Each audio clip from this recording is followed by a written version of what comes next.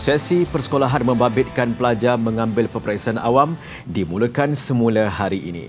Pembukaan semula sekolah diyakini berjalan lancar berpandukan normal baharu dan prosedur operasi standard SOP ketat yang ditetapkan Kementerian Kesihatan. Pembukaan sektor pendidikan penting terutama bagi pelajar tingkatan 5 serta tingkatan 6, persiapan rapi dilakukan pihak sekolah terlibat dengan pematuhan garis panduan pengurusan pembukaan semula sekolah yang telah dirangka.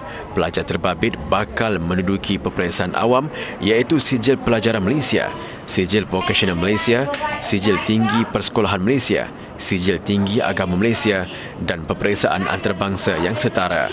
Pemeriksaan suhu setiap hari perlu dilakukan bukan sahaja bagi murid, guru tetapi juga individu yang mempunyai urusan dengan pihak sekolah.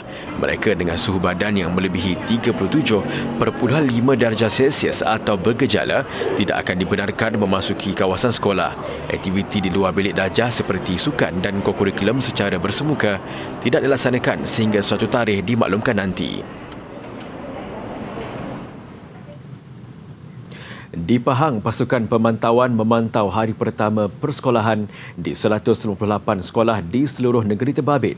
Ketua Polis Pahang, Datuk Abdul Jalil Hassan berkata, pemantauan akan dilakukan hingga tamat sesi persekolahan tengah hari ini, membabitkan 4 fasa. Datuk Abdul Jalil Hassan berkata pasukan pemantau ditempatkan di semua sekolah di seluruh negeri sejak jam 6.30 pagi tadi. Fokus pemantauan pematuhan SOP ditetapkan bermula dengan ketibaan pelajar, sesi pembelajaran di kantin serta tandas dan selepas tamat sesi persekolahan. Pada peringkat awal, pemantauan oleh pihak Polis Diraja Malaysia akan bermula dengan setiap hari selama seminggu dan seterusnya kita akan buat berkala mungkin 1 hari seminggu. Pemantauan seterusnya akan dilakukan pihak pengurusan sekolah. Laporan diterima semua sekolah di seluruh negeri yang dibuka hari ini mematuhi SOP ditetapkan. Beliau berkata demikian ketika meninjau hari pertama sesi persekolahan di Sekolah Menengah Kebangsaan Tengku Panglima Perang Tengku Muhammad Kuantan. Di Kelantan, polis berpuas hati dengan tahap penjagaan keselamatan di 177 sekolah pada hari pertama persekolahan. Timbalan Ketua Polis Kelantan, Senior Assistant Commissioner Abdullah Muhammad Piah berkata, 200 pegawai perhubungan sekolah turut hadir memantau pelajar berkenaan yang memulakan sesi hari ini. Menurutnya, pegawai perhubungan sekolah berkenaan sekurang-kurangnya berpangkat inspektor ditugaskan di sekolah menengah pagi tadi.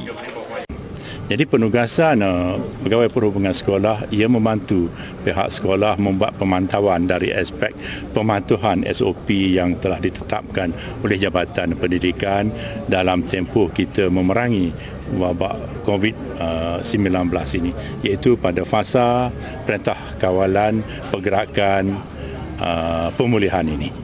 Katanya pihak polis yang membuat tinjauan di semua sekolah mendapati semua pelajar memakai penutup muka, membuat saringan suhu, mencuci tangan dan menjarakkan kedudukan ketika dalam kelas. Pihaknya akan menempatkan pasukan polis trafik di beberapa sekolah bagi memantau keselamatan ketika pulang sekolah bagi memastikan tiada pelajar berkumpul dalam jumlah ramai. Di Kelantan, seramai 24,783 murid tingkatan 5 dan 6 memulakan sesi persekolahan hari ini di 10 jajahan. Ia membabitkan 3,911 tingkatan 6 dan 20,872 tingkatan 5. Beliau berkata demikian ketika meninjau perkarangan SMK Ismail Petra dalam kompleks sekolah-sekolah wakaf Mek Zainab Kota Baru.